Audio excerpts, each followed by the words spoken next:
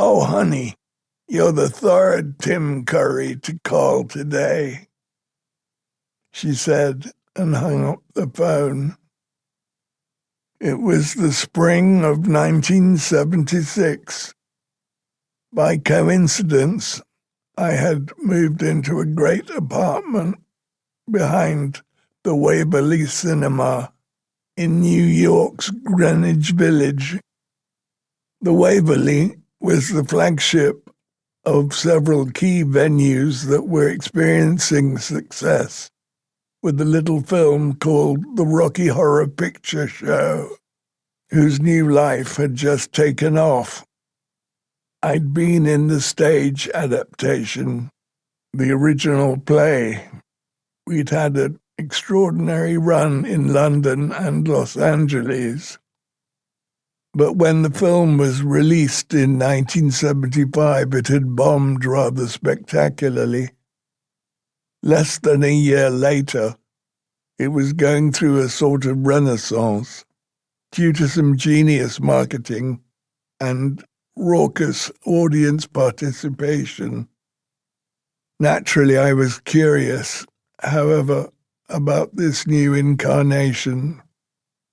I'd called a day ahead of time to let them know that I was a member of the cast, to ask if they would be so kind as to reserve a few tickets for my friends and me. "And who are you?" the woman asked. Her accent was rather aggressive, and I caught the distinct whiff of exaggerated boredom in her tone. "This is Tim Curry." "Oh, honey, you're the third Tim Curry to call today," she chuckled with condescension. Then the receiver dinged and the line went dead. I stared at the phone, both bemused and irate at her response. Ultimately, my friends and I showed up anyway with identification. We didn't wear special costumes or anything like that. I'm not inclined to do so unless it's required or earned. Luckily, as much renewed success as the show was now having, it wasn't difficult to get tickets.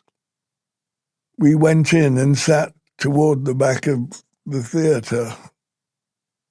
I was far more interested in viewing the spectacle than in participating. The crowd's engagement was a delight to behold. Before long, people started noticing me. A group of girls came up to my seat and touched my arm or leg and then giggled and dispersed. It was all rather surreal, especially with the film, the fevered audience participation, and the all too familiar music carrying on in the background. Unintentionally, I'd created a stir among the already animated audience. To keep listening to this audiobook for free, click the link in the description. It will take you to a free Audible trial where you can listen to this and many other books for free for 30 days.